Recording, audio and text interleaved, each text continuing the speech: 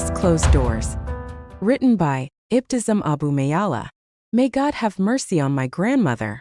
How wise she was when she said, "My daughter, never marry a young man who expects you to treat him like a big child, as women say these days. Instead, marry a man who treats you like a woman with a constant childlike spirit, who finds joy in your laughter, is delighted by your singing, and is never bothered by your playfulness and charm." Iman sighed as the echoes of her grandmother's laughter filled her ears. She rested her chin on her hand, adjusting her seat on a large stone in front of her house, oblivious to the setting sun and the remaining light gathering behind Mount al-Nadhif in Jordan, just as chicks follow their mother, afraid to stray too far. When Iman tried to remind herself once again of her grandmother's words, she felt a hand pat her shoulder and heard her mother's voice say, "My daughter, aren't you going to come inside? Night has fallen. Mother, please, I cannot bear to return inside. Nor do I want to rush to bed to fight insomnia and confusion until morning. Do you really think it's worth all this suffering, Mother? My daughter, why do you make things harder? You know that this cursed war was unexpected. I had planned a grand wedding for you. But since things are as they are, there is no other option but to send you to your husband before all paths are cut off completely. Don't call him my husband. I don't know him." Iman's mother raised her voice. "I'm tired of this argument. He is your husband before God. Your marriage contract was sealed a year ago. Tomorrow, a man will come to take you to the West Bank, and he will not leave you until he delivers you to your husband in Jerusalem." Iman shouted, standing to her feet in protest. "I can't believe what I'm hearing. You sold me. I was hoping up until the last moment that you would change your mind. But now that you've made your decision and agreed with a strange man to take your daughter like an animal to deliver her to your nephew, this is beyond my comprehension, beyond what I can bear." "A stranger, Mother?" Iman's mother wanted to respond, but the words stuck in her throat as she stared into her daughter's eyes, as if searching for something to help her speak. Finding nothing, she turned slowly toward the house, burdened by sorrow and worry. She walked away from her daughter, her inner voice crying out, "The girl is right." But Iman couldn't stop herself from following her mother and, against her will, halted her, saying, "Just one question. One question, Mother, and I want to hear your answer. I won't open my mouth afterward. Do you really want me to go to Jerusalem? Do you want me to risk my life in this war and go with a stranger across mountains and valleys, sneak across borders to be your nephew's wife? Do you really want that?" Iman's mother was silent, trying to make her way to the house, but her daughter's insistence on knowing the answer forced her to shout in her face, "Yes, I want it for your own good." Iman stood in shock, then wiped her face with her hands as if she had just finished reciting the Fatiha over the soul of a deceased person, and said, "You want it. Yes, you want it. But don't ever say it's for my own good." Iman swallowed and took a quick breath, continuing, "Fine. That's what will happen. But I swear to you, you will never see me again after this." She then walked quickly and angrily toward the house, paying no attention to her weeping sisters at the door as she pushed past them toward her bed. She buried her head under as many blankets as she could find before covering the rest of her body. A few minutes later, silence wrapped the house in its heavy cloak, and only faint sounds of stifled sobs could be heard from under the covers. Sadness and hunger had exhausted Iman's small body, and thoughts and fantasies battled sleep in her almond-shaped eyes. The night stayed with her until the call to far prayer began, and she finally fell asleep, not knowing where she was or under which sky her sorrows had left her to be. Midday the next day in the Jordanian city of Amman, the summer sun had cast its heat on Mount al-Nadhif. Iman's breath searched for a trace of the breeze that had caressed her earlier but found only hot, dry air, provoking her to leave the covers and face her last day in her father's house. Each passing moment without her mother coming to wake her renewed her faint hope that maybe, just maybe, her mother had changed her mind. But those gentle dreams soon shattered on the harsh rocks of reality. Here came her mother at last, her harsh words echoing again. "Get up, Iman. You must prepare yourself before the man arrives." Iman's joints trembled, her heart raced, and her pupils dilated, but she said nothing. She threw the blanket off her head forcefully and got up to dress. She chose a pair of navy blue pants she used to wear to school, with a white blouse and white shoes that were once reserved for gym class. She dressed quickly and headed to the bathroom, gathering her hair and tying it up with a band that had 2 white beads on either side, something the school had allowed girls to wear. She closed the bathroom door behind her and stayed there, crying at times and washing her face at others, as if believing the water would wash away the traces of her burning tears from her young face. Her mother knocked on the door every now and then, urging Iman to come out and have something to eat before the journey, but Iman didn't open the door until she heard her sister call out, "Mother, the man has arrived." Iman listened closely. The car outside sounded old from its noisy engine. She grabbed the towel hanging next to the bathroom mirror with force, dried her face, and looked at herself one last time before leaving the house. But this time she didn't cry, nor did she sway in pain. Instead, she stared with determined eyes, hurriedly fixed her hair, and stormed out of the bathroom into the sitting room. As soon as she saw the man, she said, "I'm ready. Let's go." Iman's mother cried out, pulling her into her chest. "My daughter! My love!" Iman pushed herself away from her mother's embrace with cold composure and said, "Let's go, uncle." She hurried towards the car, with the sound of her mother's tearful prayers and blessings following her, until she heard her mother say to the man, "Promise me before you leave that you will treat my daughter as your own, a promise before God as a witness." Iman's mother grabbed the man firmly, repeating her words, and didn't let him go until he swore by God to do as she asked. Iman climbed into the car and watched as the man took a step forward, then another, pausing occasionally to reassure her mother with a few words, as she continued giving him instructions without stopping. When he finally reached the car, he threw a small bag at Iman. She recognized it as something her mother had packed for her with food and clothes. She placed it aside, watching the man with her tired eyes. As the car began to pull away from the house and head towards the main road leading out of the city, the man gave Iman a long look, filled with surprise and reproach, perhaps even some scolding for her behavior towards her mother and sisters during the departure. Then he turned his eyes back to the road, driving silently. His curiosity didn't hold back for long though, and he looked at Iman again, saying, "I'm your uncle, Abu Shochi. I specialize in crossing the Jordan River. I've crossed it several times over the last 2 months since the war." "Crossed what?" "The Jordan River. It's the name of the area we used to smuggle people across to, and from the West Bank." Seeing the confusion on Iman's face, Abu Shochi explained further. "You know that the Jews blew up the bridge connecting the two banks, don't you?" "Yes. That's why people have been searching for a safe crossing point to pass through the Jordan River to the other side. So we'll cross through the river." "Through the water?" "Yes." "And will the water be deep?" "Yes. It will reach your head. But don't worry, we'll take care of you." "We? Who do you mean?" "Me and all the travelers with us. There are usually about 100 people each time. Rest assured, you are like a daughter to me now before God. And I will take good care of you, so don't be afraid." Darkness returned to Iman's eyes after his words touched her pain, reminding her of her mother and what had happened. She turned her head towards the window and fell back into silence.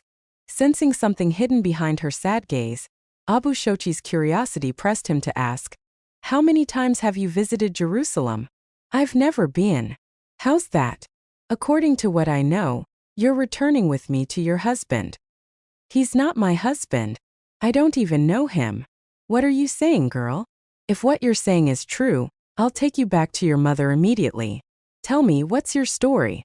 Iman sighed and said, "I don't even know what to tell you. My story is long and even I don't know many of its details. All I know is that my grandmother, my mother, and my aunt planned my marriage to my cousin without my knowledge, all to keep an old house in Jerusalem." Iman then turned her head to look out the car window, as if she were recalling her past, as ancient as the summer sun that still burns despite being far from the earth. She continued, "Yes, I'm returning to a husband and a house I know nothing about.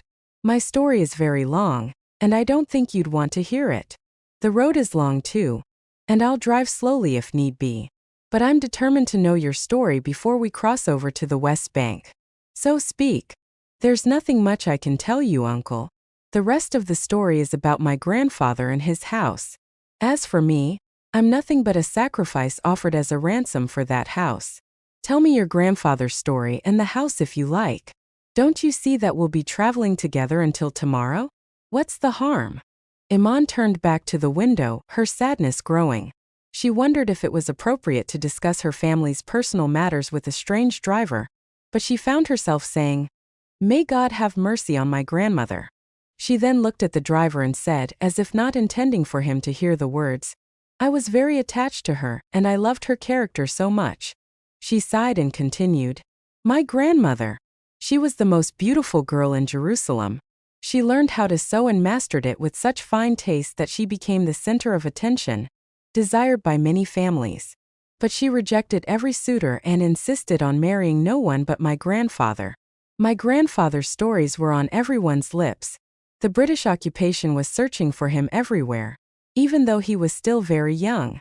Abu Shochi looked at Aman in surprise, and when he saw that she was about to continue her story, he adjusted his headscarf and nodded, indicating for her to continue.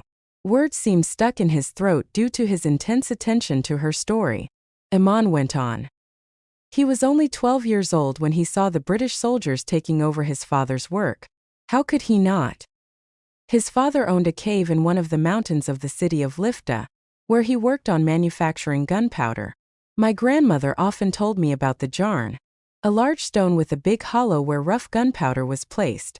Then they would use what they called the mahada, a tool similar in idea to an axe but entirely made of wood. It was a stick with a log-like body at the end about a meter long, with the stick coming out of the middle, used to pound the gunpowder, mixed with what they called Epsom salt, I think. This process would make the gunpowder fine and ready for use.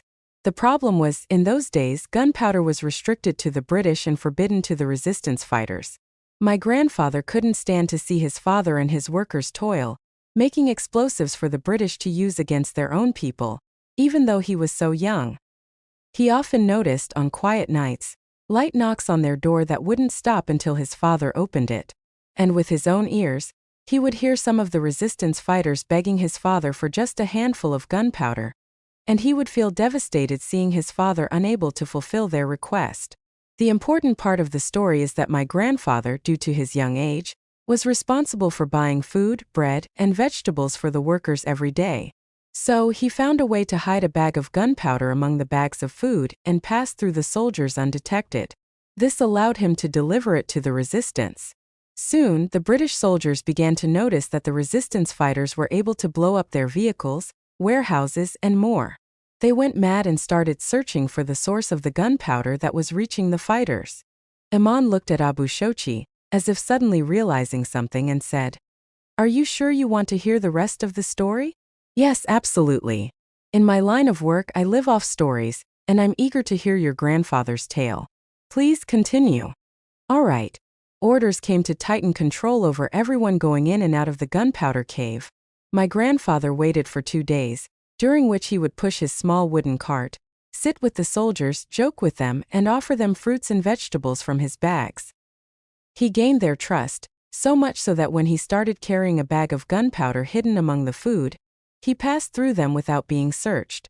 For 2 whole years he smuggled gunpowder right under their noses, and the soldiers had no idea it was him supplying the resistance.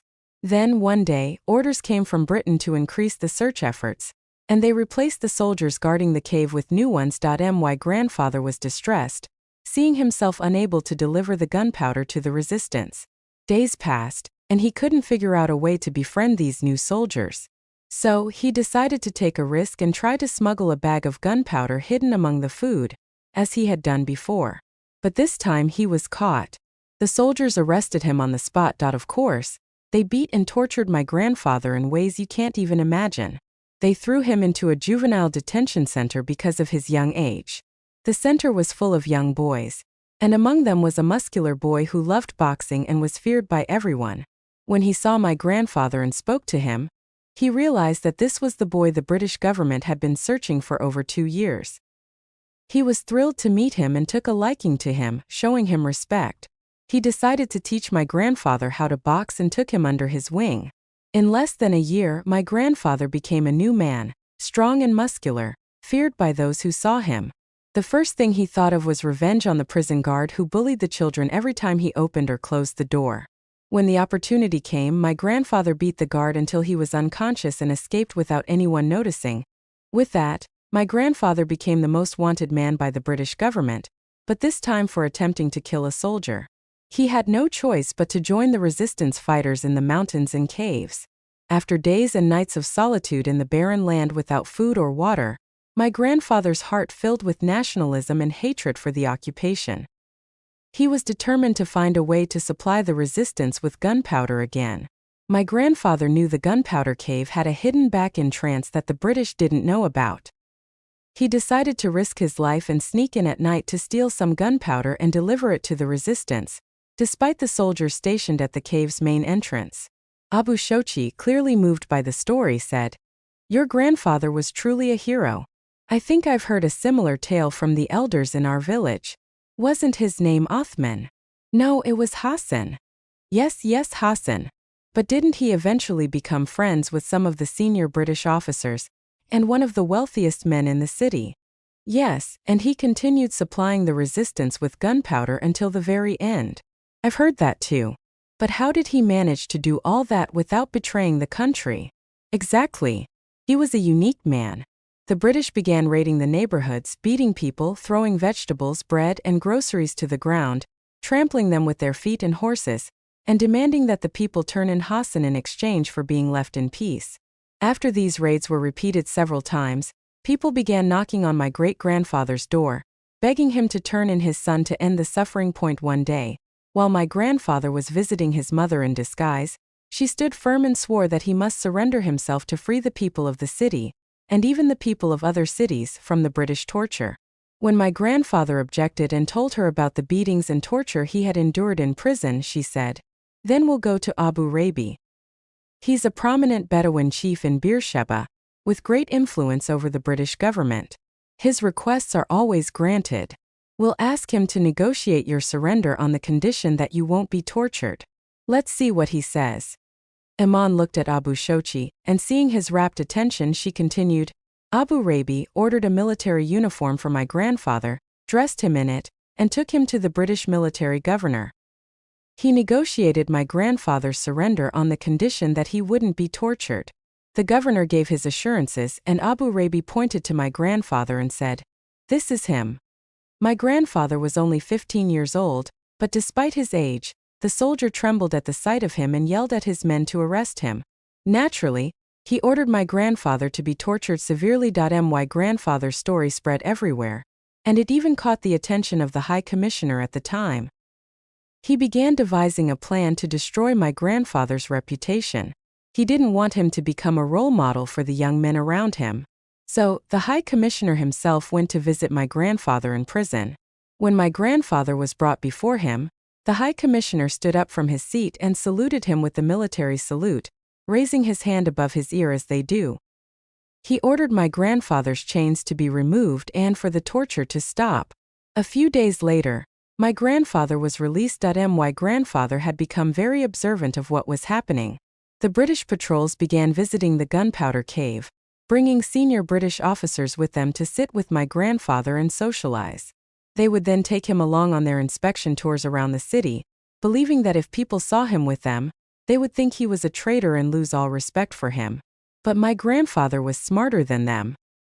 He would be friendly with them, and when they dismounted for their inspections, he would instruct one of the workers to place some bags of gunpowder under the officer's seat. Then when they resumed their patrol and the soldiers got out to inspect an area, someone would come to retrieve the gunpowder and smuggle it away. In this way, the gunpowder was transported across checkpoints under the protection of the British officers without their knowledge. Abu Shochi laughed heartily and said, "So that's how they never discovered his secret." But everyone agreed on his patriotism, and that he never betrayed the country. For a moment, Iman felt proud of her grandfather and smiled, ready to comment on Abu Shochi's words, but he quickly asked, "But what does all of this have to do with you leaving with me today?" Iman's face changed, and her expression grew distant as if she were asking herself the same question. Then she said, "Yes, it's because of the house my grandfather bought in the old city of Jerusalem, next to Al-Aqsa Mosque." "I don't understand." Well, the relationship that developed between my grandfather and the British High Commissioner at the time allowed the commissioner to share a lot of political information with my grandfather. Among these was the fact that the Jews would take over Palestine from the British, as promised in the Balfour Declaration. He also told my grandfather about various Zionist plans for the country, including focusing on the Judaization of Jerusalem, expelling its people, demolishing Al-Aqsa Mosque, and building their temple. My grandmother said there are documents and military orders issued from Britain instructing its soldiers in Palestine to secure Jewish settlements around Jerusalem, kill the resistance fighters, execute them, and so on, evidence of British Zionist cooperation. The important part of the story is that my grandfather spent his fortune buying a house next to Al-Aqsa Mosque and swore never to leave it or let any of his children or grandchildren leave it, even if he were the last Arab left in Jerusalem. Of course, this was a vow he made with my grandmother. And since my grandmother only had my mother and my aunt, and since my aunt only had one son, my mother had to take a vow to marry me off to my cousin at any cost. That's my story in a nutshell. Have you ever heard a stranger one? Abu Shochi sighed and then said, Yes, I've heard stranger stories, but yours is unusual, young lady. Is your grandfather still pushing people towards Jerusalem, even after his death? Hassan, may God have mercy on you. But Iman, your grandmother only had your mother and aunt? And your aunt only had one son? That's what I don't understand. The reason is obvious. My grandmother became a widow, and so did my aunt. And then my mother followed them. I too am fatherless. Abu Shochi laughed and said, So 3 widows are controlling your fate? There is no power or strength except through God. Well, my daughter, at least your story has a patriotic and honorable cause. Other girls have crossed the Jordan River under far worse circumstances. And were they my age? No, you are the youngest girl I've seen without her family. There are younger girls, but they're with their families. There's even a family that lost their daughter, and others have had many of their elders killed. The tragic scenes are many, so don't despair. So, will you tell me the strangest story you've heard? Not now. We're almost there, but I promise I will. Iman looked ahead and asked, Where are we now? We've passed the town of Karameh and are heading towards a small village called Karima, a diminutive of Karameh. From there we'll descend towards a place called Al-Makada, where a Bedouin waits for all those who want to cross the Jordan River. You'll see it with your own eyes, so don't be in a hurry. Iman fell silent, returning to thoughts about the upcoming adventure. Fear began to play with her breath, and a strange feeling of wanting to escape from the car gripped her. But her anger at her mother and her vow not to return kept pushing her forward. No matter the consequences, Iman remained in her reverie until the car started bouncing and swaying. She snapped to attention, noticing that they were driving through a barren land, white with rocks and stones, as if it were a unique type of desert. Scattered across the area were a few Bedouin tents. Iman said to Abu Shochi, So this is Al-Makada? Yes, and over there is the Bedouins' tent we're headed for. The last tent. Can't you see the crowd gathered around it? People come to him. Some buy bread and food, and others arrive early in the morning and sleep under a tree here or there. That's how it is. We've arrived. Iman opened the car door and slowly got out, observing the gatherings around her. All eyes seemed to be on her, as if everyone was sympathizing with her plight, silently mourning her misfortune. A 17-year-old girl in this place must have a painful story behind her. Iman followed Abu Shochi towards the tent, where a dark-skinned Bedouin emerged, smelling of firewood smoke mixed with the scent of a cigarette he had rolled himself, a smell that gave the Bedouin life a unique color and taste. The Bedouin's voice had a strong, sharp tone as he welcomed Abu Shochi, which made Iman slow her steps behind him. People gathered around them, shaking hands with Abu Shochi and asking about the departure time. Abu Shochi raised his voice and said, Don't crowd around. Rest as much as you can because we'll leave after midnight, and you'll need your strength to climb the mountains. So go lie down and sit here and there. When the people heard that the departure was far off, they dispersed. They returned to their places, and the Bedouin, observing them, said, Look, Abu Shochi, there's a young man standing alone not far away, wearing expensive clothes. He seems to be from a wealthy family. Do you see him? Yes, what about him? I want to return his money in exchange for him giving me his shoes. What do you think?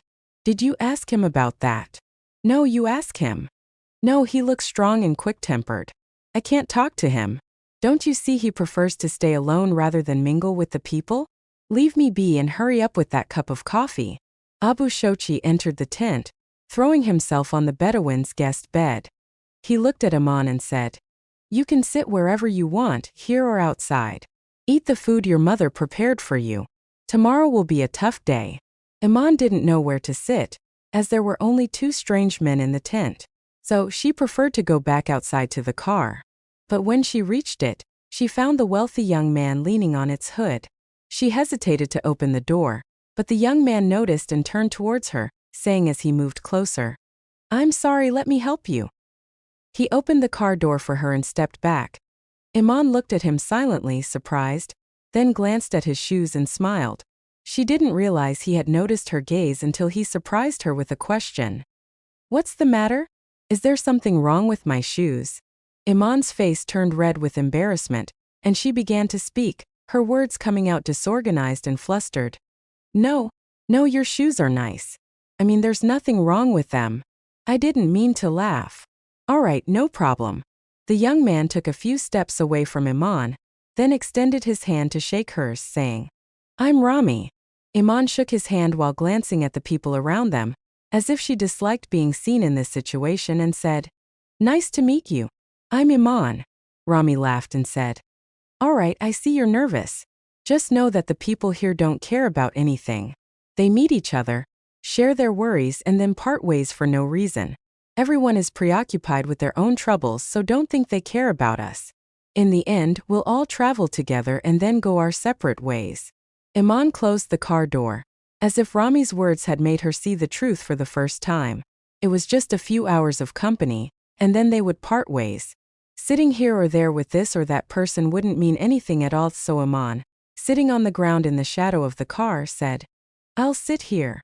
Will you join me, or do your expensive clothes prevent you?" Rami laughed as he sat beside her and said, "What expensive clothes? Once we get soaked in the river and climb the mountains, the only valuable thing will be surviving." Iman opened her bag and found several sandwiches neatly wrapped in clean napkins.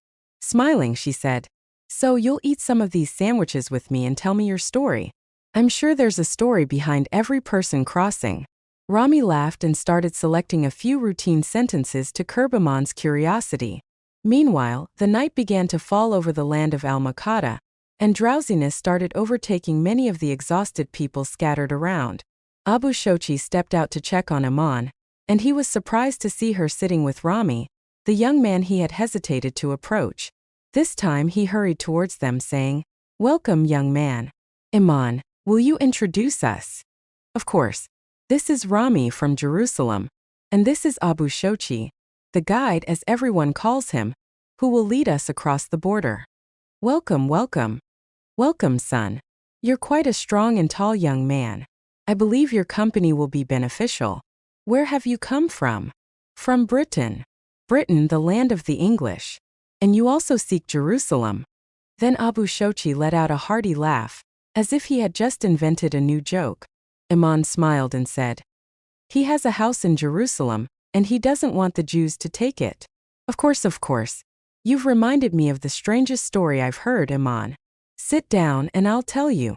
They all sat on the ground and Abu Shochi sighed deeply before beginning. "It's a story about a woman from Lydda, the city that's been occupied since 1948. She told me that when the Jews attacked their homes that year, her mother had just given birth to a baby boy who wasn't even 2 months old. He was a small, beautiful baby, but his ears were unusual. His right ear was very small, while his left ear was notably large. We had already started calling him Father of Ears. But when the calamity struck and the Jews began slaughtering people in their homes and forcing them out, this disaster reached our city. People left their homes, fleeing to the mountains, thinking the ordeal would last only a day or two. They left without food, water, or even their precious jewelry. So when we had to flee, and because my mother was weak from childbirth and illness, we decided to leave Father of Ears in his bed so we could take care of our mother. We were also afraid that his cries would reveal our hiding place to the Jews. And so we left, and we never returned. And the Jews took over the city, settled in the homes, and never left. As for my mother, she went mad. She tried to stay behind when everyone was migrating out of Lydda, wanting to return to her baby, but everyone stopped her, fearing the Jews would find them and kill them.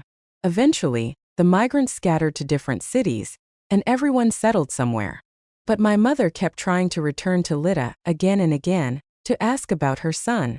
She even reached the house several times, But the woman who had taken over the house would throw her out, gather the Jews around her, and they'd chase my mother away, threatening to kill her. They wouldn't let her into the house or tell her anything about the baby. My mother stayed like this until one day, a visitor came to us. We didn't know who he was, but he told my mother that the Jewish family who had taken over our house had adopted her son and were raising him as their own, treating him well. After hearing this, my mother clung to the hope that she'd one day see her son grown up, believing that he would recognize her, and that his heart would guide him back to her. She held on to that hope until the day she passed away. The strange part of the story isn't that. The woman told me, crying. Years passed. I married a relative of mine, and we moved to an area called Al-Wad in Jerusalem. When this new war started and everyone began leaving their homes for the second time, I remembered how my mother fled with us and what had happened to her and my brother. I also remembered that a few Arabs who stayed in their homes are still there today, and I decided that I wouldn't leave this time no matter what. But it wasn't easy. Within hours, the sound of gunfire came closer to my house, and a Jewish unit stormed in. They started yelling at us, wanting to throw us out. I was overcome with fear. My children clung to my dress, crying in terror. Then the leader of the unit entered the house, looked around, and pulled a chair next to the small dining table. He threw the dishes to the floor, sat on the chair, and put his feet on the table. He then removed his helmet and said, "Get out of here before we kill you and your children." The moment he put his helmet on the table, I gasped so hard I thought my soul would leave me. I looked at the young soldier, and there he was, a young man with one small ear and one large ear. I couldn't hear anything he said after that. I could only see his face. The face of the child we had left years ago in a crib in Lydda. All I could hear was my mother's voice screaming in my head. "That's your brother, that's father of ears, your brother raised in poisoned soil and fed with water tainted by the blood of his own people." I felt a burning gag clamp my mouth shut, and I couldn't do anything. I gathered my children, crying, and left the house. I couldn't make sense of anything that had happened. As I was walking, some neighbors who were fleeing passed by in a truck and picked me and my children up. They drove us to Ramallah. From there, I decided to leave with my children to another country without Jews, Jordan, Syria, Egypt. It didn't matter, as long as I could get away and give my children a safe life. Iman said. What a strange and painful story. Yes, it is. But you'll hear even stranger stories, Iman, especially when we reach Jerusalem. Behind every door is a story, isn't that right, Rami? The important story, Uncle, is ours. When are we leaving this place? All right, do you see those distant mountains in front of you? Those are the mountains of the West Bank. Between us and them is the Jordan River, which serves as the border. You'll notice that the Israeli military has placed vehicles on the mountains to guard the border against people like us trying to cross. We've learned through observation that the patrols leave their posts every night at exactly 2 a.m. and return by 6 a.m. That gives us 4 hours to run with all our might, cross the river, and pass through the checkpoint while it's unmanned. Once we're past that point, the danger is over, and we'll be in Tubas near Nablus. And how will we know when they've left, Uncle? Don't you know? They use very bright lights, searchlights, that they turn on just before they leave. They sweep the lights along the river to check the border. Once they're satisfied no one's there, they turn on the lights of their patrol vehicles and leave. From here you'll be able to see those lights and hear the sound of their engines. So rest assured and take some rest until then. That's exactly what happened. Rami excused himself from the group, found a nearby tree, and lay down under it, giving Iman the space to rest as much as she could. At exactly 2 a.m., the bright lights of the Israeli army's searchlights began sweeping the Jordan River. Within minutes, the sounds of engines grew louder, and the lights could be seen moving in circles, then moving away from their posts. In the blink of an eye, people gathered around Abu Shochi asking, "What do we do now?" Abu Shochi raised his voice and said, "Listen to me. From now on you must be as quiet as possible. Stay calm and stick together. Do not separate. Grab your belongings. We're moving out now at full speed. Time is our enemy, and we must not let it slip away, or we'll all be killed by morning. Let's go." Abu Shochi hurried down from the Al-Makata ridge towards the Jordan River, moving quickly.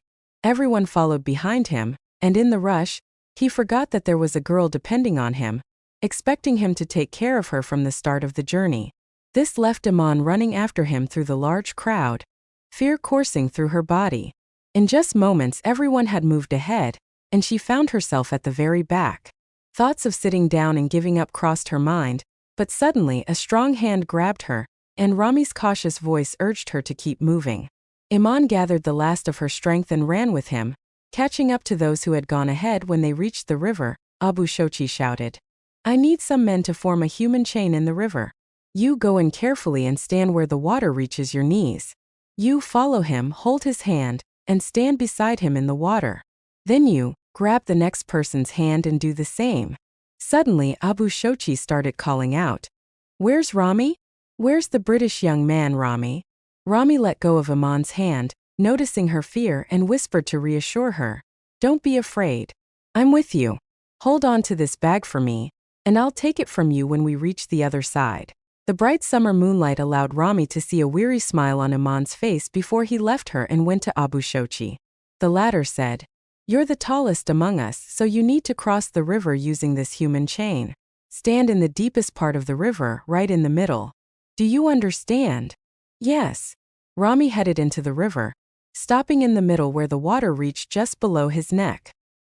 He held the hand of the man next to him, waiting for the last man in the chain to take his other hand. Once everyone was in place, Abu Shochi said, "I'll cross first to the other side, holding on to these men. Follow me, and be careful of the river stones. They're as slippery as soap. You won't be able to stand on them, so hold on to each other, and help one another until we make it across." Abu Shochi entered the river, completely forgetting about Iman. He neither asked about her nor helped her cross the water, as Rami had anticipated. The crowd rushed behind him, each person desperate to save their own life as quickly as possible. Within half an hour, everyone had crossed the river. Rami and the men tried to leave their positions to catch up, but Rami began shouting, "Where's Iman? Ask Abu Shochi about Iman. I didn't see her pass by here." But no one paid attention to him. So in a fit of anger, Rami grabbed the man next to him tightly and said, "Tell Abu Shochi I'm going back to find Iman. If I return and don't find him waiting for me, I'll shout and call for the attention of the Jews, and by dawn you'll all be dead. Do you understand?" Rami then threw himself into the water, swimming back to the eastern shore. He found Iman sitting, clutching both her bag and his, trembling with fear, her tears streaming down her cheeks. As Rami rushed to pull her towards the water, she said, "Let me go. I want to go home or die." He replied, trying to joke with her despite his labored breathing, "Then it's death. Get ready." He carried her towards the water and swam with all his strength, ensuring that Iman didn't swallow any water and choke. Once they reached the other side, Abu Shochi shouted without giving him a moment to rest, "Let's go. Hurry as fast as you can. We must pass the military checkpoint before the army returns at dawn, or they'll kill us all." Everyone hurried after Abu Shochi, but for Rami it wasn't as easy. He had thought for a moment that Abu Shochi would take care of Iman or perhaps assign her to 2 men from her village. But to see everyone rushing ahead as if it were the day of judgment, with no one thinking beyond their own safety, was beyond what he had imagined. Rami looked at Iman, seeing her shivering with fear and cold. He said, "The summer heat is strong, and your clothes will dry quickly. Don't worry. Let's catch up with them before we lose them." Rami grabbed Iman's hand and pulled her along, but when she couldn't keep up, he stopped, looked at her for a moment, then swiftly bent down and threw Iman over his shoulder like a sack of wheat carried by a Jerusalem porter. He ran with her after the group, not caring about anything other than surviving this harsh night. Whenever Iman tried to protest, he tightened his grip on her legs, saying, "Be quiet. Don't make a sound." There was no room for embarrassment or shame. No one cared about what was happening, as everyone was focused on covering as much distance as possible. Rami alternated between carrying Iman and pulling her by the hand, choosing paths that he deemed suitable. Iman had stopped complaining or objecting. Rami had expended great effort helping her, and now she felt she had to take responsibility for herself. Her clothes had dried, though they were now covered with dirt and thorns, some falling off and some piling up. As the sky began to lighten with the first threat of dawn, the ground revealed its treacherous stones and rugged paths. Abu Shochi turned and called out to everyone, We must finish climbing this mountain in minutes, or we won't be able to pass the Israeli army. Hurry faster and faster. After this, you can rest. Iman said to Rami as she paused to catch her breath. You can go ahead without me. I'll follow. Don't worry about me. I've already slowed you down enough. Rami tightened his grip on her hand and said, Be quiet and save your energy to climb the mountain quickly. After that, you can talk all you want. He picked up the pace until his walking became more like running. His strides over the rocks were long and quick, forcing Iman to keep up. He never let go of her hand or allowed her to sit. When they finally reached the top of the mountain, they saw that the others were still hurrying towards the next mountain, not stopping for rest. Rami and Iman collapsed onto the ground to catch their breath.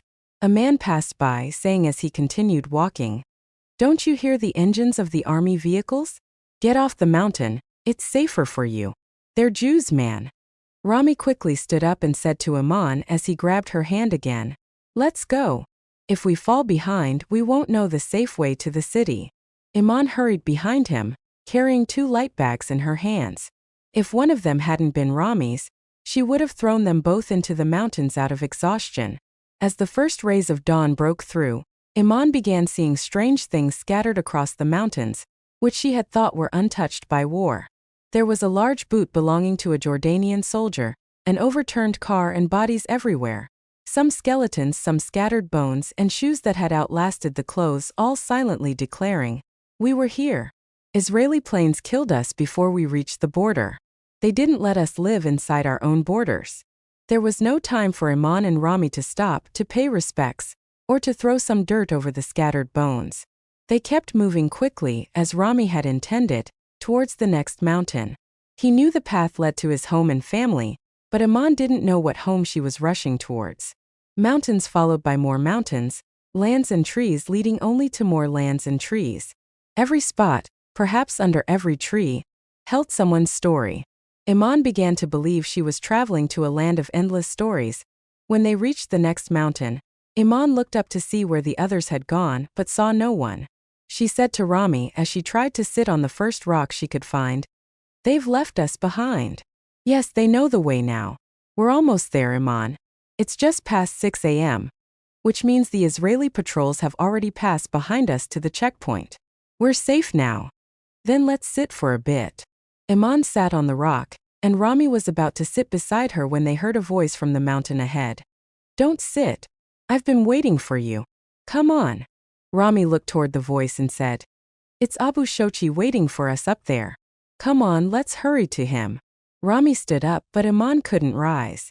She began to shiver from the cold and said to Rami, I feel dizzy and I need some rest. Rami touched her forehead and realized she had a fever. He knew she wouldn't be able to keep up with him now, especially after sitting down and allowing her body to claim its right to rest, revealing its aches and pains. He quickly opened his bag, pulled out a lightweight black jacket, and asked her to wear it, saying, It's my favorite jacket. It's the only one I brought, even though it's summer. Wear it and let's go. Iman put on the jacket shyly, but Rami quickly reached out and fastened it around her, eager to get going. He gently pulled her along, encouraging her with kind words until they reached Abu Shochi, who was sitting under the shade of a large tree. Rami sat down beside him and said, She has a fever. Well, could you do us one more favor? What do you need? You're a fast walker for someone my age. If you're willing, you could go to Amrati's place and fetch a mule for us to carry her. When Rami didn't respond, Abu Shochi added, There are just a few rocks left to climb, and after that, you'll find yourself at the last mountain between us and the city of Tubas in Nablus. It's a small mountain, with farmland at its base and a large tent belonging to Amrati that I pass every time I cross the Jordan River. Tell her Abu Shochi sent you to get a mule and ride it back. Don't worry about the exhaustion. You'll return riding. Rami glanced at Iman in silence, then sighed and quickly ascended the mountain ahead without giving any indication to Abu Shochi as to whether he would return. Watching Rami depart, Abu Shochi said to Iman, My daughter, if you want, lean your back against the tree to rest better. If you feel stronger, we can walk again. Honestly, I don't know if that young man will come back, or if he'll leave us stranded here out of revenge. Iman clutched Rami's jacket tightly around herself and thought, He'll come back. Something in my heart tells me he'll return. I'm wearing his favorite jacket sitting on this hard ground, and he doesn't mind or get angry. He's more human than you, the man who promised my mother to treat me like his daughter. Within minutes, Iman gathered her strength and rose to walk alongside Abu Shochi. They crossed the ridge and Iman gazed out over the vast yellowing fields, still waiting for the hands that once harvested them. She scanned the area, hoping to catch sight of Rami, but saw nothing. A vague sense of fear crept into her, though she didn't understand why. The feeling of being lost and alone returned, no longer having the strong hand that held hers or the care she thought would never leave her. Iman began to question herself. Why did I think he'd never leave me? Why did I believe the security he gave me would always surround me? I've spent hours of danger, exhaustion, and sickness without thinking for a moment about what would happen to me, just following him. But now that he's let go of my hand, my miserable thoughts, pitiful fears, and unanswered questions have returned, facing the harsh realities. Abu Shochi talked to Iman about the lands, the mountains, and Imrati's hospitality, but Iman paid him no mind, lost in her strange thoughts that wouldn't quiet down in her head. She wondered, will he come back? Did he decide to leave my story behind and forget this tough experience with me? So be it. Why does his leaving scare me? Iman stayed in this state until Abu Shochi suddenly stopped walking and raised his voice. God bless you, Rami. Here he comes with 2 mules, riding one and pulling the other behind him. Do you see him? Iman's face lit up as she followed Abu Shochi's pointing finger, making sure what he said was true. When she saw Rami approaching, it was as if life had returned to her. Her face broke into a smile, her pace quickened, and her fever seemed to disappear instantly. She urged Abu Shochi to hurry toward Rami, claiming she was eager to reach the tent. Rami reached her with a smile, seemingly pleased with riding the mule. Abu Shochi took the reins of the other mule and climbed onto a small rock before throwing himself onto the mule's back, saying, I'll go ahead to the tent. Help her get on the mule and lead her there. Rami shouted. Wait, Abu Shochi. But Abu Shochi paid him no mind and galloped away on the mule towards the tent, leaving Rami to handle Iman alone. She turned to him and said, You can catch up with him. I'm not getting on that animal. It's frightening. Rami laughed, almost as if mocking what he had to endure with this girl, then dismounted the mule and said, Frightening? Look at it, it's beautiful. Even its eyes are colorful. Iman didn't know why she looked into Rami's eyes at that moment, but when she did, she found him looking back at her with a smile, and there was a strange glimmer in his eyes, a look no one had ever given her before. The look pierced her heart, making her cheeks flush with embarrassment. A warm, pleasant feeling swept over her, dispelling all her previous feelings of cold isolation. This made her obediently follow all of Rami's instructions, allowing him to help her mount the mule. Once she was seated, Rami took the mule's reins, leading it as if it were a horse walking ahead.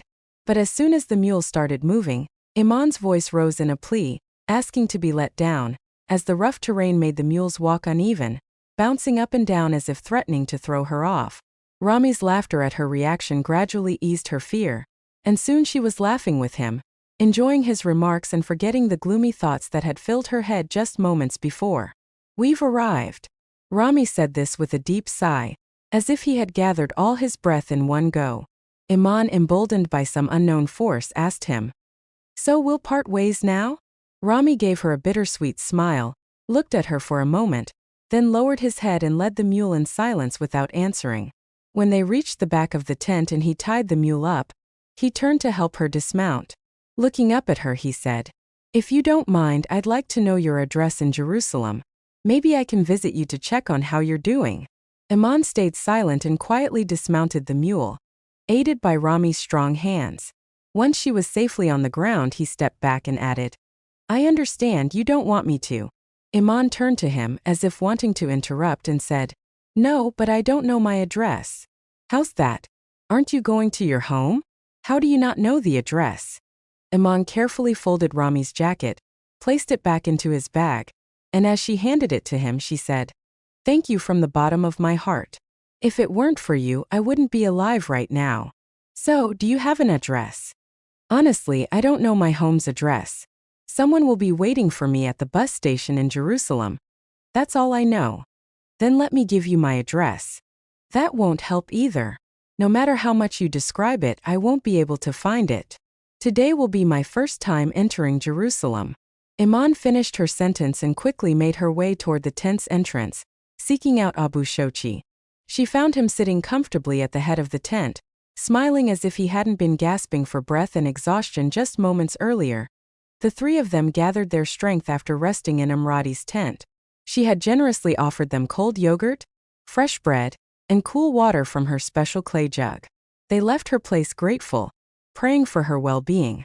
When they reached the main road, they waited for the expected bus to take them to the bus station in Nablus. "It's the main bus station," said Abu Shochi, explaining their destination to his companions. Then he added, "Since you're both from the same city, Jerusalem, I suppose I'll leave you in Ramallah. There's no need for me to accompany Iman to the bus station in Jerusalem. Rami, you're her companion now. You'll stay with her until you hand her over to her husband there." Rami was shaken by those last words. They disturbed the light-hearted banter and laughter he had shared with her. The thought struck him suddenly. She's married? Iman wasn't sure whether it was appropriate to comment on Abu Shoki's words or not, as any word she might say could be interpreted that she cared about Rami, and that she was concerned he might learn the truth about her fake marriage.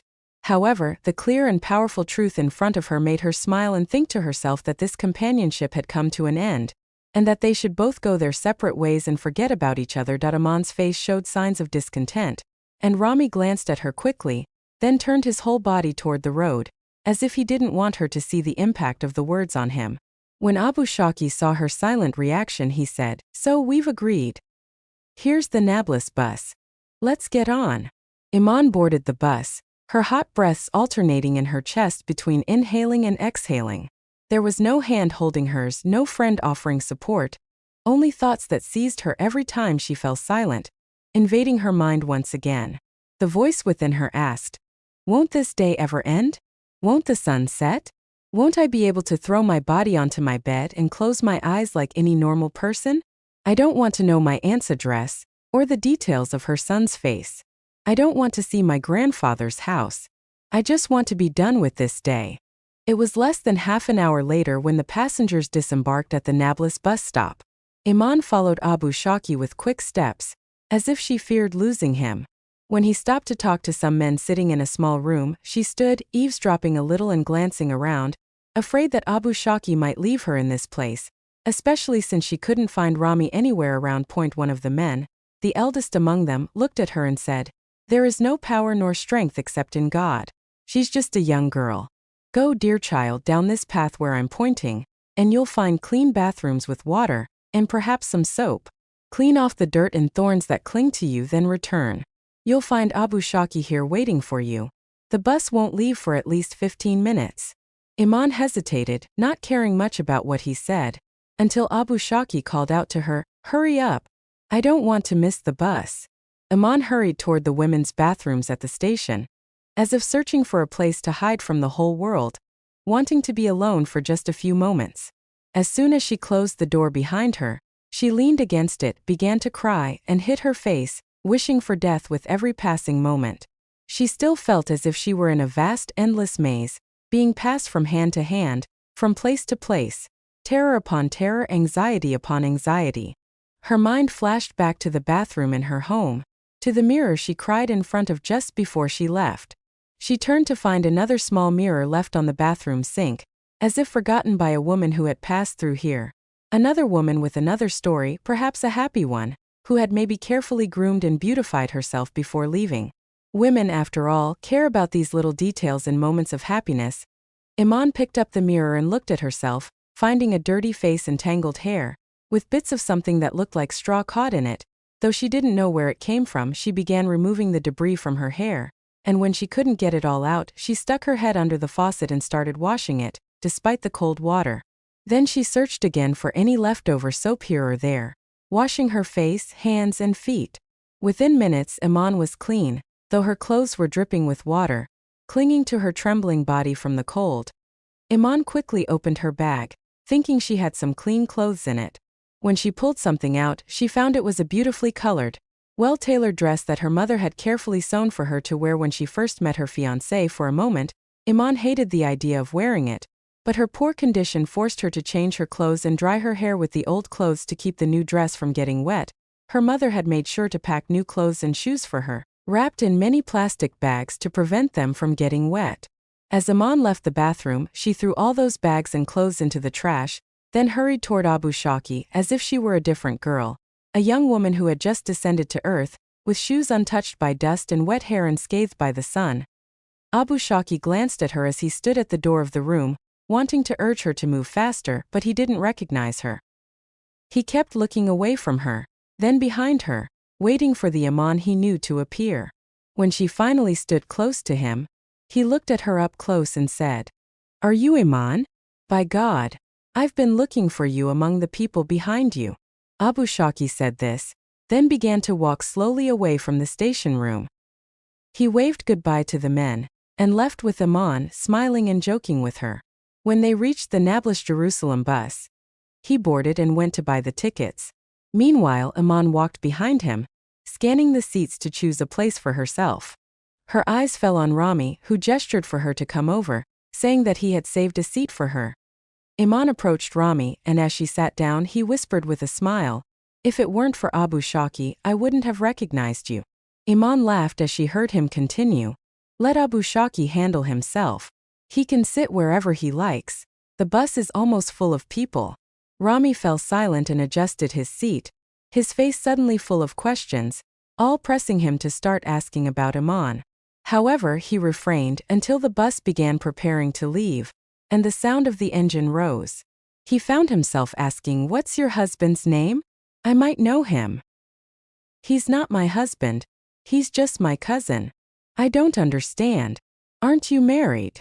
Iman clenched her jaws on her lips as if to stop herself from speaking for a moment, then said, as though she wanted to end the topic, "My marriage contract was signed without my consent, and now I don't know what will happen between us." Rami fell silent and turned to the bus window, as if wanting to be alone with his thoughts. Iman remained in her seat, thinking about what her future held, especially since the day was still early, and the clock's hands were slowly nearing noon. Indifferent to her pain and confusion, silence enveloped the passengers on the bus. Iman glanced around at them, observing and examining each one. She then smiled sarcastically and thought to herself, "This silence seems real, but I know that each of them carries a story in their heart, with thousands of thoughts and questions swirling in their minds. Some thoughts scream in their heads, while others wait for the right moment to leap to the forefront of their minds." Then Iman looked at Rami intently for a moment, watching him gather his bangs, which had been tousled by the wind from the window. Each time he would brush it to the side of his head, only for the wind to mess it up again.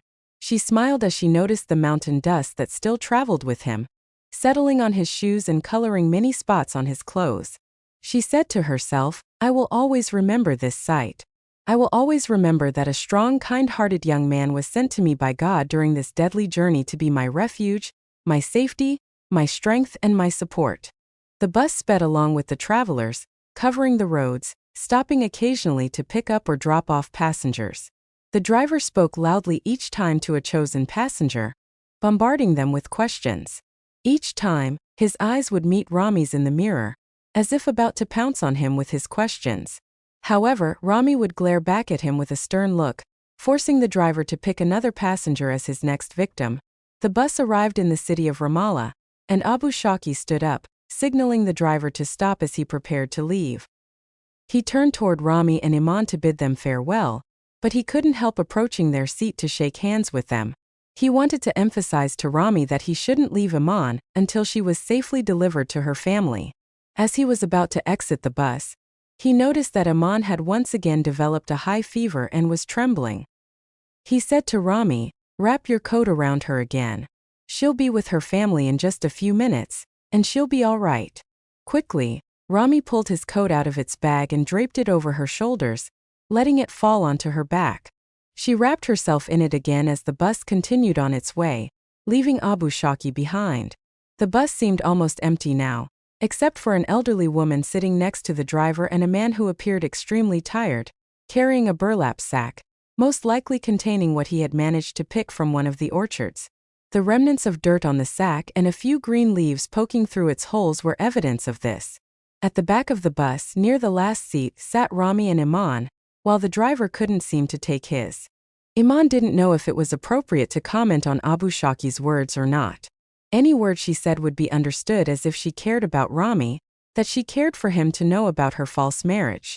However, the strong, clear truth before her made her smile, and she thought to herself that this companionship had ended, and each of them should now turn towards their own life and forget the other. Displeasure appeared on Iman's face, and Rami quickly glanced at her, then turned his whole body towards the road, making his back face her, as if he didn't want her to know how the words affected him. When Abu Shaki saw her complete silence, he said, "So we've agreed. Here comes the Nablus bus, let's get on." Iman boarded the bus, her hot breaths alternating in her chest between inhalation and exhalation. There was no hand holding hers, no friend to support her. There was only silence, during which thoughts invaded her head once again. Her inner voice asked, "Is there no end to this day? Won't the sun set? Won't I throw myself onto my bed and close my eyes like any normal person? I don't want to know my aunt's address or the details of her son's face. I don't want to see my grandfather's house. I just want to get out of this day." It was less than half an hour when the passengers disembarked at the Nablus bus stop. Iman quickly followed Abu Shaki as if afraid to lose him. When he stopped to talk to some men sitting in a small room, she stood nearby, eavesdropping and sneaking glances, afraid that Abu Shaki would leave her in this place, especially since she couldn't see Rami around. One of the men, the eldest among them, noticed her and said, "There is no power or strength except with God. She's just a young girl. Go, my dear, follow this path where I'm pointing. You'll find clean bathrooms with water and maybe some soap. Clean yourself from the dirt and thorns, then come back. Abu Shaki will be waiting for you. The bus won't leave for at least another 15 minutes. Iman hesitated, not caring about what he said until Abu Shaki called out to her, "Go ahead, I don't want to be late for the bus." Iman rushed to the women's bathrooms at the station as if seeking a place to hide from the world. She wanted to be alone, even for just a few moments. As soon as she closed the door behind her, she leaned against it, started crying, hitting her face and wishing for death. She still felt like she was trapped in a never-ending maze, being passed from one hand to another, from one place to another, fear upon fear, anxiety upon anxiety. The image of her home's bathroom and the mirror she cried in front of before leaving came to her mind. She turned around to find another small mirror left on the bathroom sink, as if forgotten by another woman who had passed through. Another woman with another story, perhaps happy, who might have carefully adorned herself before leaving. A mirror that reflected the feminine concerns of happiness. Iman picked up the mirror and looked at herself, finding a dirty face and disheveled hair tangled with bits of straw from an unknown source. She began to remove the dirt from her hair, but when it wouldn't come off, she put her head under the faucet and began washing it despite the cold water. Then she searched for remnants of soap here and there, washing her face, hands, and feet. Within minutes, Iman was clean again, her clothes drenched, her body shivering from the cold. Iman quickly opened her bag, thinking she saw clean clothes. She pulled out a beautifully colored, finely tailored dress that her mother had sewn with care for her to meet her groom for the first time. For a moment, Iman hated wearing it, but her miserable condition forced her to change into the new dress and dry her hair with the old clothes so the new dress wouldn't get wet. Her mother had made sure to pack new clothes and shoes that matched the dress, wrapping them in several plastic bags to keep them dry. As she left the bathroom, Iman tossed all those bags and clothes into the trash and hurried toward Abu Shaki, looking like a different girl, a young woman who had just stepped onto the earth, her shoes untouched by dust, her damp hair unbothered by the sun. Abu Shaki looked at her as he stood at the door of the room, wanting to urge her to hurry, but he didn't recognize her. He kept averting his gaze from her, looking behind her, waiting for the Iman he knew to appear. When she finally stood near him, he looked at her closely and said, "Are you Iman? By God, I was looking for you among those behind you." Abu Shaki said this and slowly walked away from the station room. He waved goodbye to the men and left with Iman, smiling and joking. When they reached the Nablus Jerusalem bus, he got on and stood to buy tickets, while Iman walked behind him, scanning the seats to choose a place for herself. Her eyes fell on Rami, who gestured for her to come over, saying, "I saved you a seat." Iman walked toward Rami. When she sat down, he whispered to her with a smile, If it weren't for Abu Shaki, I wouldn't have recognized you. Iman laughed as he continued, let Abu Shaki find his own seat. The bus is nearly full. Rami fell silent, straightening in his seat, his face full of questions that begged to be asked, questions that puzzled him about Iman. But he held back. When the bus engine roared, signaling it was about to depart, he found himself asking, "What's your husband's name? I might know him." "He's not my husband, just my cousin." "I don't understand. Aren't you married?" Iman clenched her jaws as if trying to stop herself from speaking, then said, as if she wanted to end the conversation, "My marriage contract was signed without my consent. I don't know what will happen between us now." Rami fell silent and turned to the bus window as if seeking solitude. Iman sat in her seat, pondering what her future held, especially since the day was still early, with the clock hands inching towards the midday prayer. Uncaring of her pain and confusion, the bus fell into silence, and Iman looked around at the passengers, observing them. She smiled sarcastically and thought to herself, this silence seems real, except that I know each of them carries a story in their heart, with thousands of thoughts and questions swirling in their heads, some screaming in their minds, others waiting for the right moment to surface. She then looked at Rami, studying him for a moment. She saw him brushing his disheveled bangs out of his eyes, the wind from the window tossing them back again each time he tried to smooth them down. She smiled, noticing the dust from the mountain still clinging to his shoes and coloring patches of his clothes. She thought to herself, I will always remember this image. I will always remember that a strong, kind-hearted young man was sent to me by God during this deadly journey to be my refuge, my safety, my strength. The bus sped along the road, occasionally stopping to pick up or drop off passengers. The driver would engage in loud conversations with travelers he selected from the passengers, asking them questions. Each time, his eyes would meet Rami's in the mirror as if he was about to bombard him with questions. But Rami's stern look would make him choose another passenger as his next target. The bus reached Ramallah, and Abu Shaki stood up to stop the driver, ready to disembark. He turned to Rami and Iman to say goodbye but felt compelled to approach their seat and shake their hands. He wanted to remind Rami not to leave Iman until she was safely with her family. As he was about to leave the bus, he noticed that Iman was once again suffering from a high fever and shivering. He said to Rami, "Put your coat back on her. She'll be with her family in a few minutes and she'll be okay." Rami quickly pulled his coat out of the bag and draped it over her shoulders, letting it fall down her back. She wrapped herself in it again as the bus continued its journey, leaving Abu Shaki behind. The bus now seemed almost empty, except for an elderly woman sitting next to the driver and a man who showed signs of extreme exhaustion, carrying a burlap bag, likely filled with what he had managed to pick from an orchard. The bag had remnants of dirt on it, with a few green leaves peeking through its holes. In the far back seat, nearly the last one, sat Rami and Iman. The driver couldn't stop glancing at them until he said, "You two are the first newlyweds I've transported since the war ended." Rami responded angrily, "Who told you we're newlyweds? Her beautiful dress and your fine coat. Your bride's dress stands out. Its design is lovely and new. Was it sewn in Nablus?" "No." "Then who sewed it? Maybe we've worked with them." Silence fell for a moment, and it seemed Rami didn't want to respond. But Iman lifted her gaze to the driver's mirror and said with some heaviness, "My mother made it." Iman didn't know if it was appropriate to comment on Abu Shaki's words or not. Any word she said would be understood as if she cared about Rami, that she cared for him to know about her false marriage.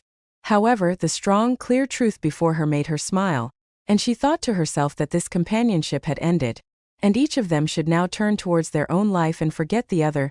Displeasure appeared on Iman's face, and Rami quickly glanced at her, then turned his whole body towards the road, making his back face her, as if he didn't want her to know how the words affected him. When Abu Shaki saw her complete silence, he said, "So we've agreed. Here comes the Nablus bus, let's get on." Iman boarded the bus, her hot breaths alternating in her chest between inhalation and exhalation. There was no hand holding hers, no friend to support her. There was only silence, during which thoughts invaded her head once again. Her inner voice asked, "Is there no end to this day? Won't the sun set? Won't I throw myself onto my bed and close my eyes like any normal person? I don't want to know my aunt's address or the details of her son's face. I don't want to see my grandfather's house. I just want to get out of this day. It was less than half an hour when the passengers disembarked at the Nablus bus stop. Iman quickly followed Abu Shaki as if afraid to lose him. When he stopped to talk to some men sitting in a small room, she stood nearby, eavesdropping and sneaking glances, afraid that Abu Shaki would leave her in this place, especially since she couldn't see Rami around. One of the men, the eldest among them, noticed her and said, "There is no power or strength except with God. She's just a young girl. Go, my dear, follow this path where I'm pointing. You'll find clean bathrooms with water and maybe some soap. Clean yourself from the dirt and thorns, then come back. Abu Shaki will be waiting for you. The bus won't leave for at least another 15 minutes. Iman hesitated, not caring about what he said until Abu Shaki called out to her. "Go ahead, I don't want to be late for the bus." Iman rushed to the women's bathrooms at the station as if seeking a place to hide from the world. She wanted to be alone, even for just a few moments. As soon as she closed the door behind her, she leaned against it, started crying, hitting her face and wishing for death. She still felt like she was trapped in a never-ending maze, being passed from one hand to another, from one place to another, fear upon fear, anxiety upon anxiety. The image of her home's bathroom and the mirror she cried in front of before leaving came to her mind. She turned around to find another small mirror left on the bathroom sink, as if forgotten by another woman who had passed through. Another woman with another story, perhaps happy, who might have carefully adorned herself before leaving. A mirror that reflected the feminine concerns of happiness. Iman picked up the mirror and looked at herself, finding a dirty face and disheveled hair tangled with bits of straw from an unknown source. She began to remove the dirt from her hair, but when it wouldn't come off, she put her head under the faucet and began washing it despite the cold water. Then she searched for remnants of soap here and there, washing her face, hands, and feet. Within minutes, Iman was clean again, her clothes drenched, her body shivering from the cold. Iman quickly opened her bag, thinking she saw clean clothes. She pulled out a beautifully colored, finely tailored dress that her mother had sewn with care for her to meet her groom for the first time. For a moment, Iman hated wearing it, but her miserable condition forced her to change into the new dress and dry her hair with the old clothes so the new dress wouldn't get wet. Her mother had made sure to pack new clothes and shoes that matched the dress, wrapping them in several plastic bags to keep them dry. As she left the bathroom, Iman tossed all those bags and clothes into the trash and hurried toward Abu Shaki, looking like a different girl, a young woman who had just stepped onto the earth, her shoes untouched by dust, her damp hair unbothered by the sun. Abu Shaki looked at her as he stood at the door of the room, wanting to urge her to hurry, but he didn't recognize her. He kept averting his gaze from her, looking behind her, waiting for the Iman he knew to appear. When she finally stood near him, he looked at her closely and said, "Are you Iman? By God, I was looking for you among those behind you." Abu Shaki said this and slowly walked away from the station room. He waved goodbye to the men and left with Iman, smiling and joking. When they reached the Nablus Jerusalem bus, he got on and stood to buy tickets, while Iman walked behind him, scanning the seats to choose a place for herself. Her eyes fell on Rami, who gestured for her to come over, saying, "I saved you a seat." Iman walked toward Rami. When she sat down, he whispered to her with a smile, "If it weren't for Abu Shaki, I wouldn't have recognized you." Iman laughed as he continued, "Let Abu Shaki find his own seat. The bus is nearly full." Rami fell silent, straightening in his seat, his face full of questions that begged to be asked, questions that puzzled him about Iman. But he held back. When the bus engine roared, signaling it was about to depart, he found himself asking, "What's your husband's name? I might know him." "He's not my husband, just my cousin." "I don't understand. Aren't you married?" Iman clenched her jaws as if trying to stop herself from speaking, then said, as if she wanted to end the conversation, "My marriage contract was signed without my consent. I don't know what will happen between us now." Rami fell silent and turned to the bus window as if seeking solitude. Iman sat in her seat, pondering what her future held, especially since the day was still early, with the clock hands inching towards the midday prayer. Uncaring of her pain and confusion, the bus fell into silence, and Iman looked around at the passengers, observing them. She smiled sarcastically and thought to herself, "This silence seems real. except that I know each of them carries a story in their heart, with thousands of thoughts and questions swirling in their heads, some screaming in their minds, others waiting for the right moment to surface. She then looked at Rami, studying him for a moment. She saw him brushing his disheveled bangs out of his eyes, the wind from the window tossing them back again each time he tried to smooth them down. She smiled, noticing the dust from the mountain still clinging to his shoes and coloring patches of his clothes. She thought to herself, I will always remember this image. I will always remember that a strong, kind-hearted young man was sent to me by God during this deadly journey to be my refuge, my safety, my strength. The bus sped along the road, occasionally stopping to pick up or drop off passengers. The driver would engage in loud conversations with travelers he selected from the passengers, asking them questions. Each time, his eyes would meet Rami's in the mirror as if he was about to bombard him with questions. But Rami's stern look would make him choose another passenger as his next target. The bus reached Ramallah, and Abu Shaki stood up to stop the driver, ready to disembark. He turned to Rami and Iman to say goodbye but felt compelled to approach their seat and shake their hands. He wanted to remind Rami not to leave Iman until she was safely with her family. As he was about to leave the bus, he noticed that Iman was once again suffering from a high fever and shivering. He said to Rami, "Put your coat back on her. She'll be with her family in a few minutes and she'll be okay."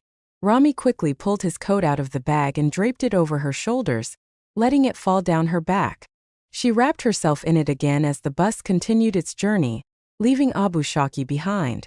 The bus now seemed almost empty, except for an elderly woman sitting next to the driver and a man who showed signs of extreme exhaustion, carrying a burlap bag, likely filled with what he had managed to pick from an orchard.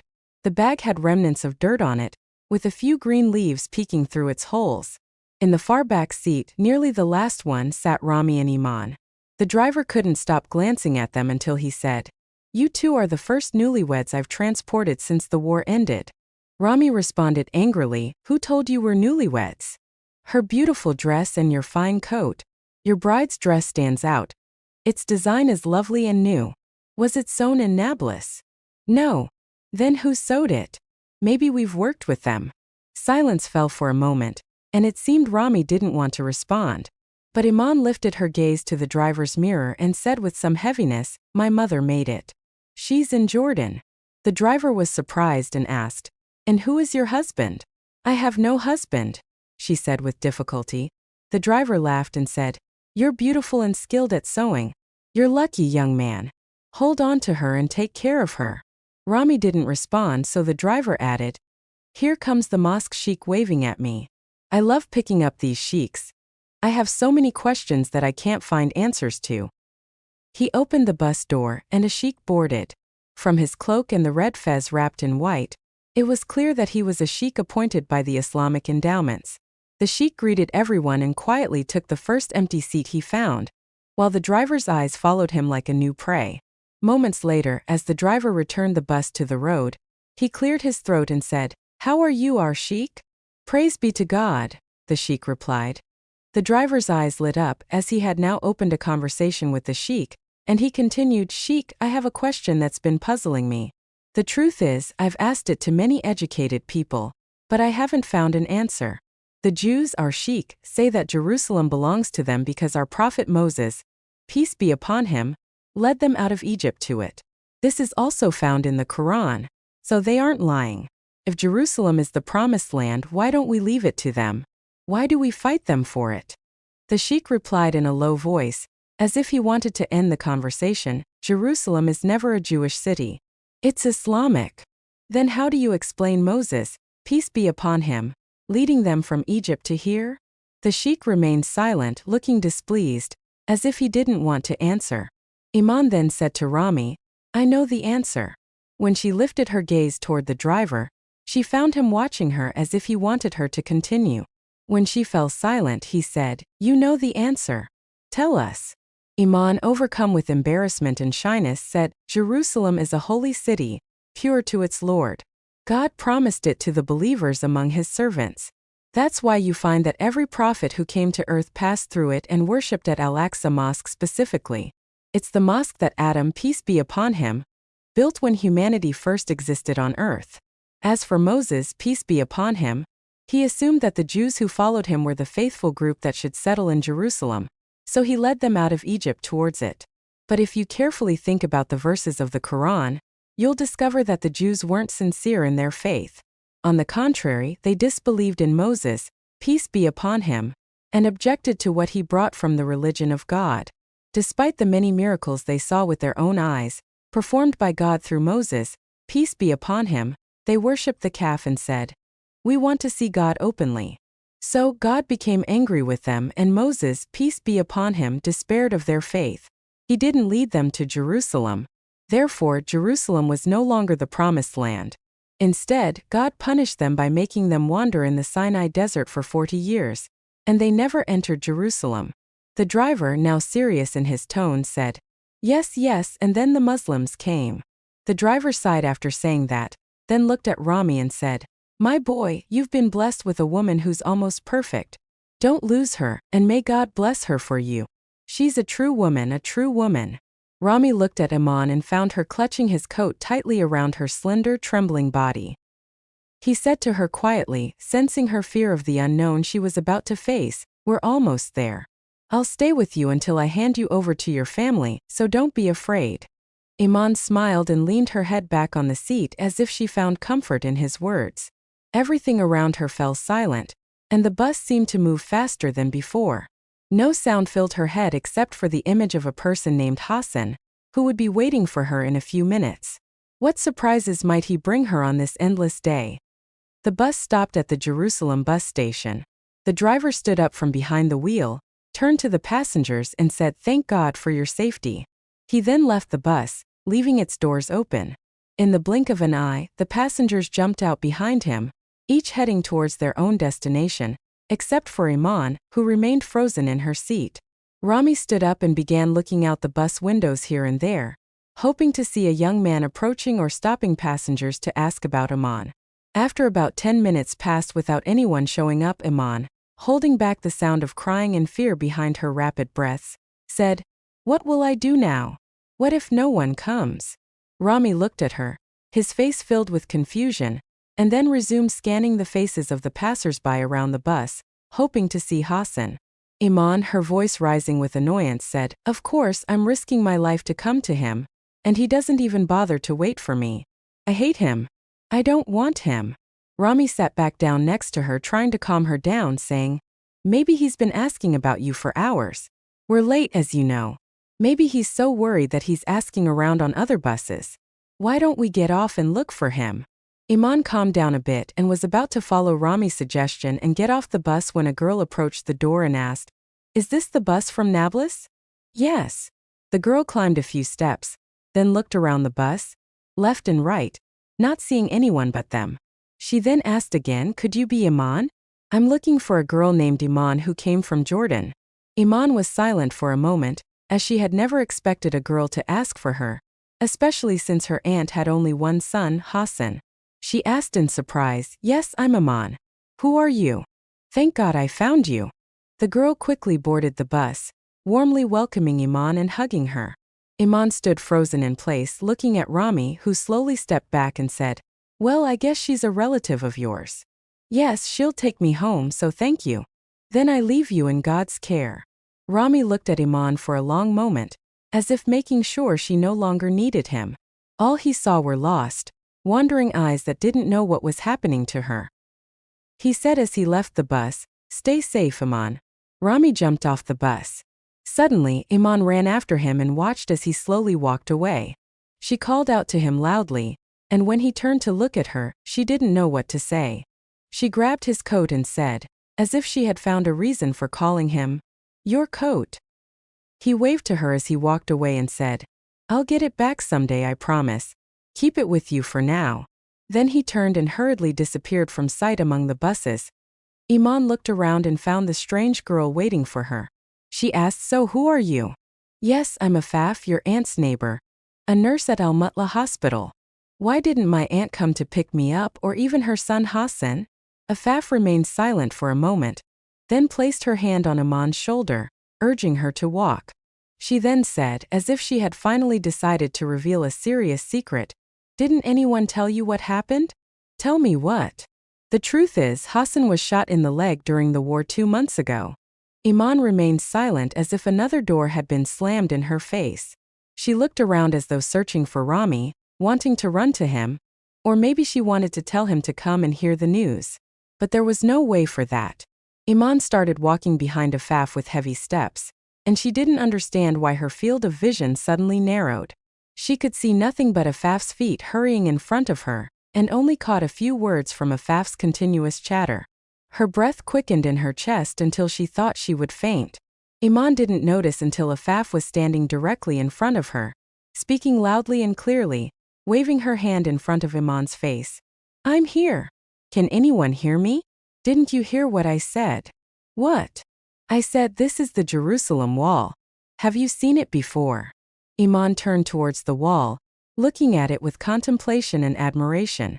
Meanwhile, Afaf took her hand, wanting to cross the street, saying, We will enter the old city of Jerusalem through the Damascus gate, the entrance right in front of us. Iman shifted her gaze to see wide steps leading to a long passage, with the magnificent and towering Jerusalem wall standing proudly on either side, forming a gate that, with its massive stones bearing the colors of ancient times and its lofty height matching the wall's elevation, declared itself the gateway to a time of dignity. Strong emotions stirred in Iman's chest, feelings she had never experienced before.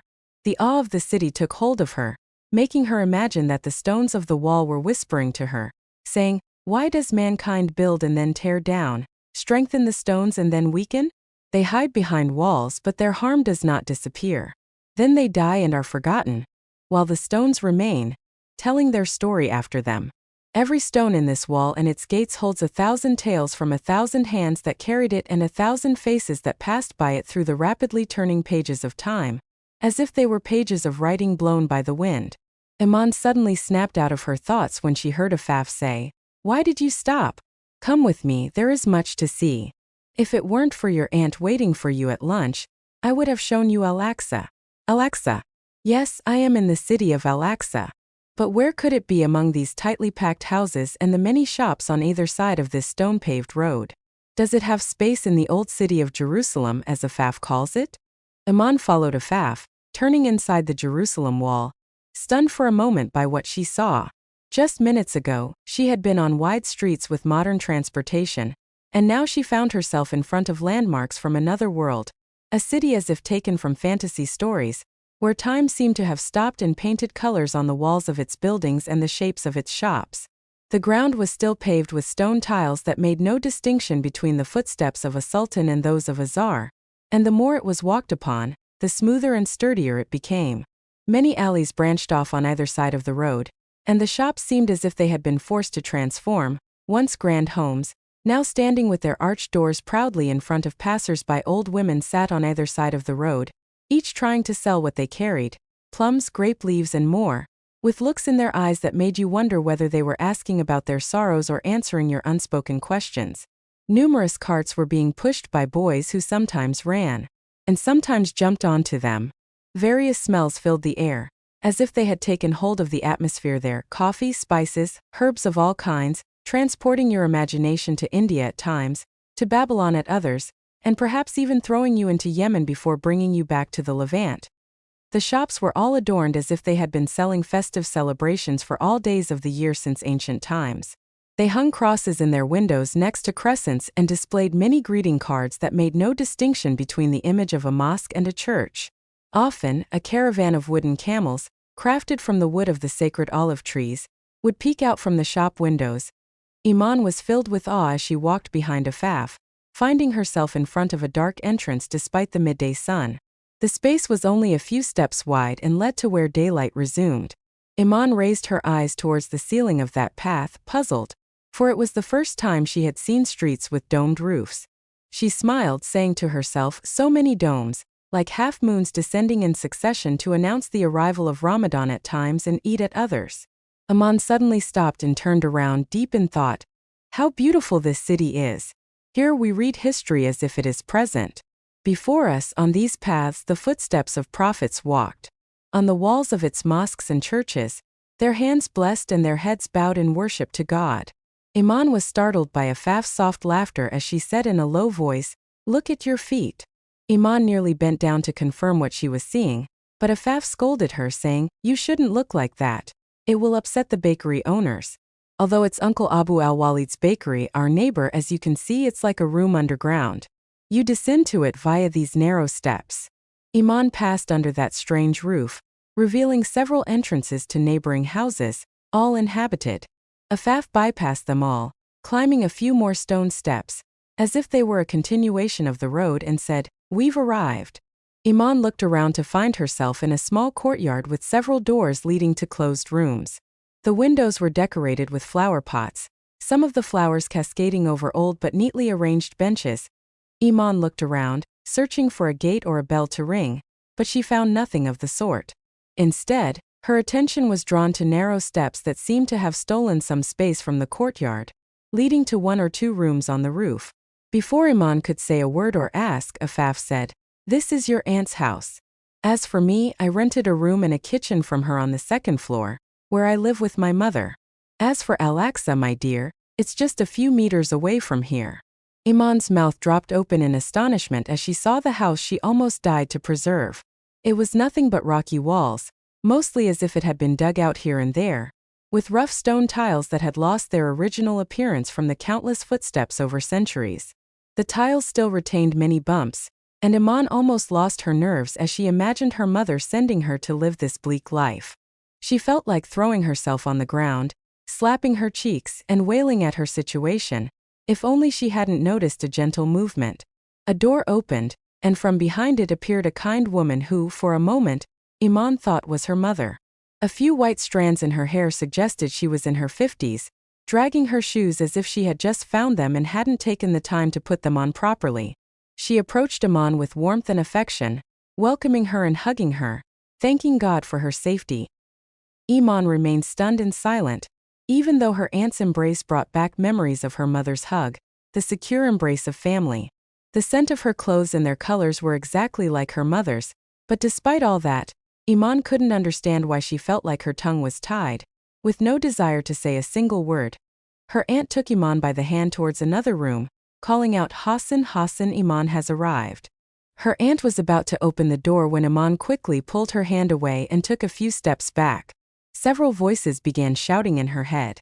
"And now what? Are you going to present me as a gift to your son?